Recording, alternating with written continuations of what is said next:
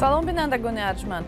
имрӯз чоршанбе 2 август аст. ман хиромон бақозода бо ҷамъи ҳамкоронам шуморо ба тамошои нашри нави барномаи хабарию таҳлилии ахбори озодӣ даъват мекунем. мавзӯъҳои нашри барнома аз ин қарор аст.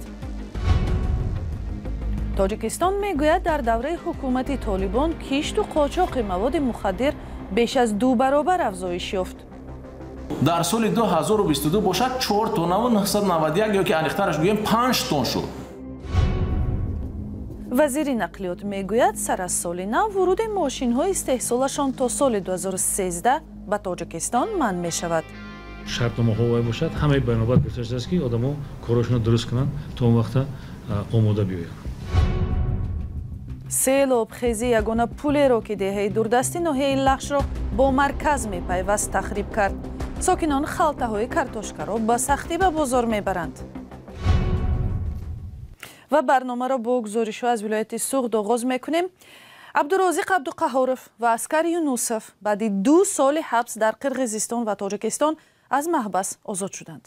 онҳо бо амри президенти Тоҷикистон сафед шуда аз доғи судӣ ҳам озод гардиданд. абдуқаҳоров ва Юнусовро пас аз муноқишаи мусаллаҳонаи моҳи апрели соли 2021 дар сарҳади Тоҷикистону Қирғизистон дастгир карда бо иттиҳоми ҷиноят бар зидди сулҳ ва ғоратгарӣ аввал ба ҳабси 1 умрӣ ва баъдан ба беш аз 20 соли зиндон дар Қирғизистон маҳкум карданд.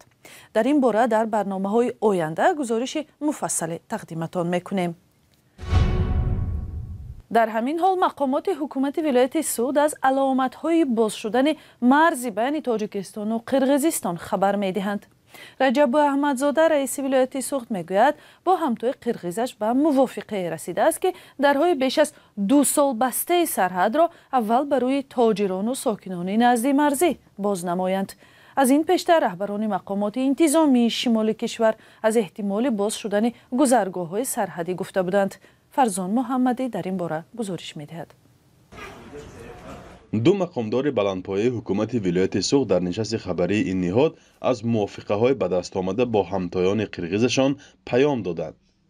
раҷабой аҳмадзода раиси вилояти Суғд гуфт дар мулоқоти охирини онҳо дар ҷумҳурии Қирғизистон пиромони боз шудани сарҳадҳои давлатӣ ва дубора барқарор шудани гардиши мол миёни кишварҳо таъкид шудааст.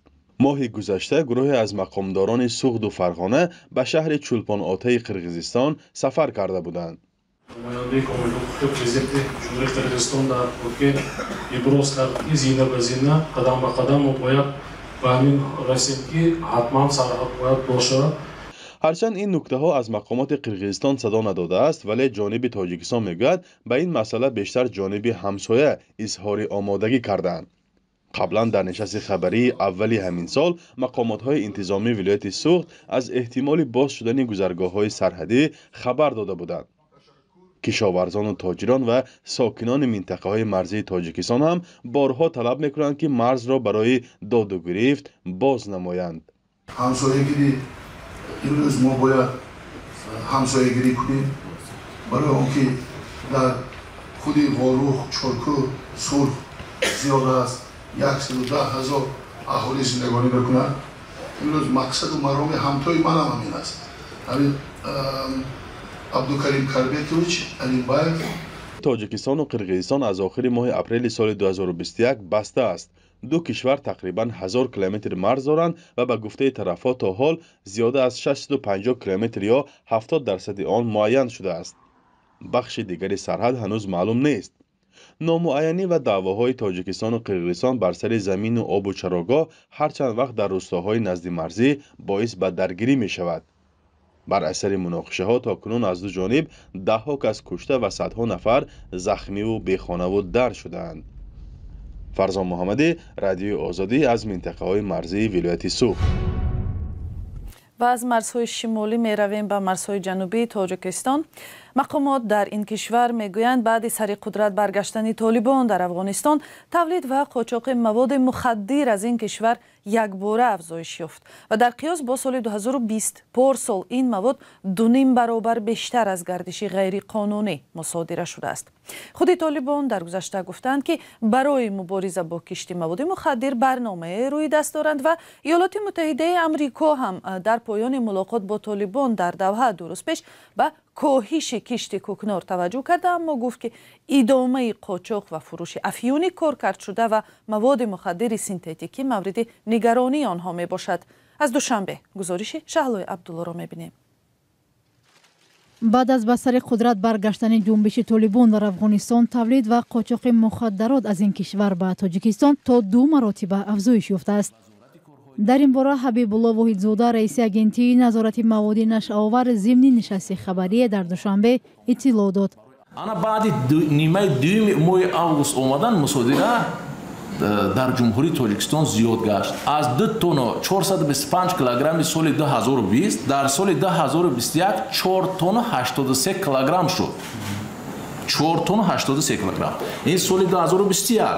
انا که در سال 2022 در سال 2022 باشد 4 تن و 991 یا که انیخترش گویم 5 تن شد.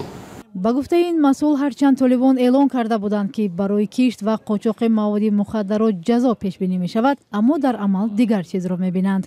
دویما وعده میتیند که کسی که با قاچاق مواد مخدر مشغول می شود، کسی که با کشت کوکنار مشغول می شود، کسی که با خرید و فروش مواد نشوار مشغول می شود، جزاهای سنگین معین کردگی هستند، حتی به قتل رساندن هم. لیکن در عملیه ما نمیره حس نکرده استودیم. تاجیکستان با افغانستان که بزرگترین تولید کننده مواد مخدر در جهان است، بیش از 1300 کیلومتر مرز دارد. مسئولین میگویند مقدار بیشتری مخدرات در نواحی هممرز ولایت ختلان با افغانستان مصادره می شود. با عنوان مثال از ناحیه‌های فرخاری ولایت ختلان نام برده شد که پیش از نیم مخدرات بازداشت شده در تاجیکستان در این نواحی آشکار شده است. بنا به امور رسمی از اول سال جاری، مقامات از فعالیت 24 گروه جنایتی قاچاقبران جلوگیری کردند که میان آنها شهروندان تاجیکستان، افغانستان، ازبکستان و قزاقستان و روسیه نیز بودند.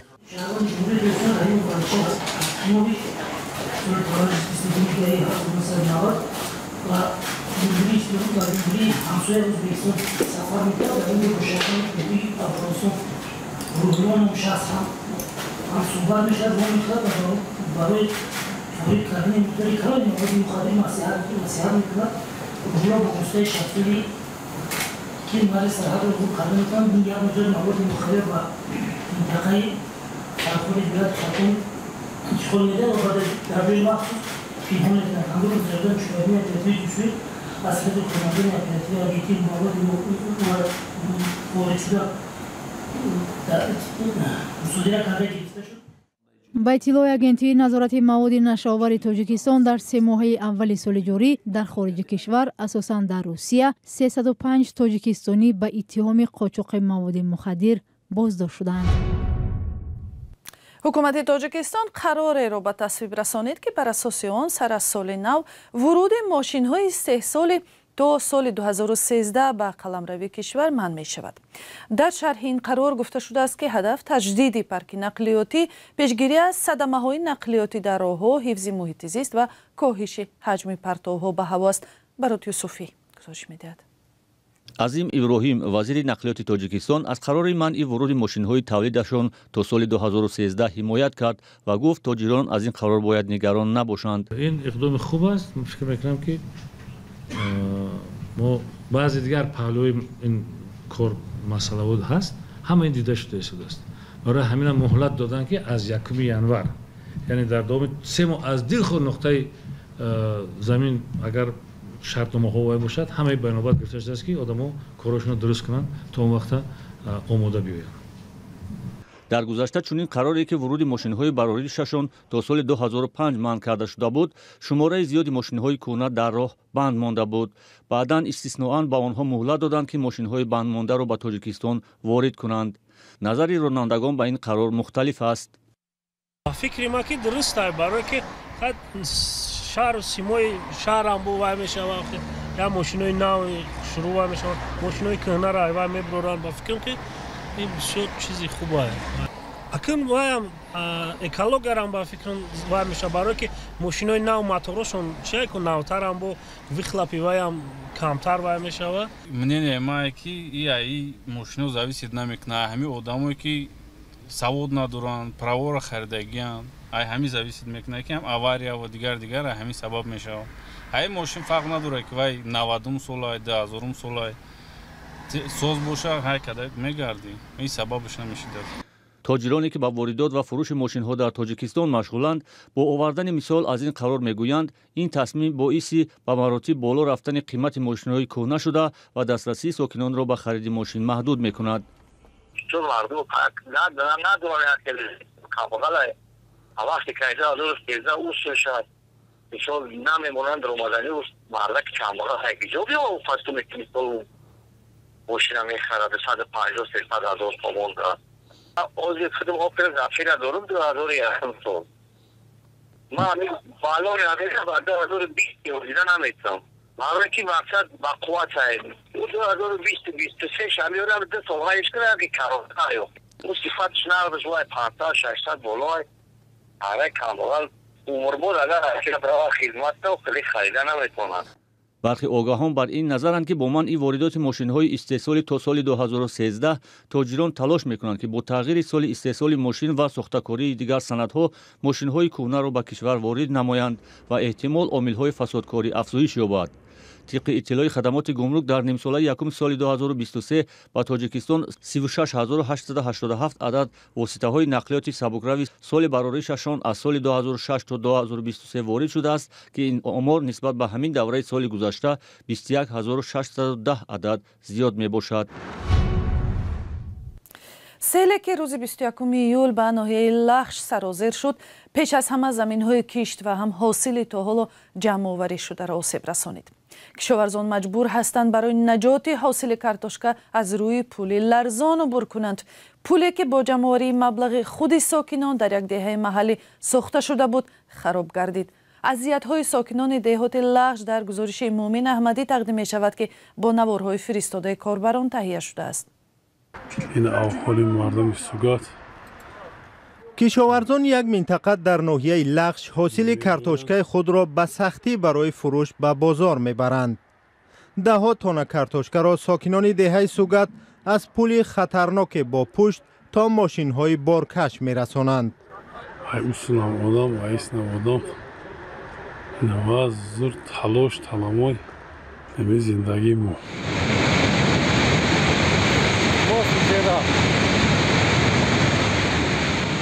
پولی که دهه سوگات یک مکان کشتی کارتوشکا را به مرکز ناحیه لخش می پیوندد بر اثر سیل خرابی آور در روز 21 ایول تخریب شد. سرت فر میگردم.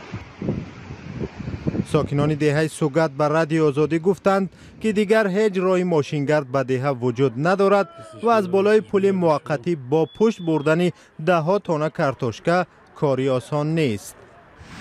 اینا کپرگ ساختمانش رفته است مردم کار کرده ایستان داوسن هم کار کرده ایستان. ساکنان تلاش دارند با زحمت خود این پل را دوباره بسازند. سال گذشته آنها نزدیک به 200,000 سامانی مبلغ صرف کرده بودند. شکایت دارند که حکومت ناحیه لخش نه از نگاه تکنیکی و نه از نگاه مالی برایشان کمک نمی کند. رئیس جماعت سرخاب که دهه سرگت در آن است موضوع را شرح نداد و گفت رئیس ناحیه خودش تصمیم خواهد گرفت. در موضع سوگت ناحیه لخش در هزاران هکتار زمین ساکنان کارتوشکا می‌کارند. ناحیه لخش در مرز قرقیزستان قسمی از بازار داخلی را با کارتوشکا تأمین می‌کند. و یک خبر شرکت هوایی ترکمنستان پروازها از اشخاباد به مسکو را باز می‌دارد. در شرح رسمی این قرار گفته شده است که شرکت با نگرانی از بی‌خطری فضای مسکو و هم تأمین امنیتی پروازها قراره از 1 اوگوست موقتا بازداشتن سفرها به مسکو را صادر می‌کند. سپاس که ما را همراهی کردید. خبرهای از این بیشتر را از سامانه رادیوی آزادی و صحیفه های ما در فیسبوک و اینستاگرام، تیک توک و تلگرام و یوتیوب ادنکلاسنیکی پیدا کنید. خدا نگهبان.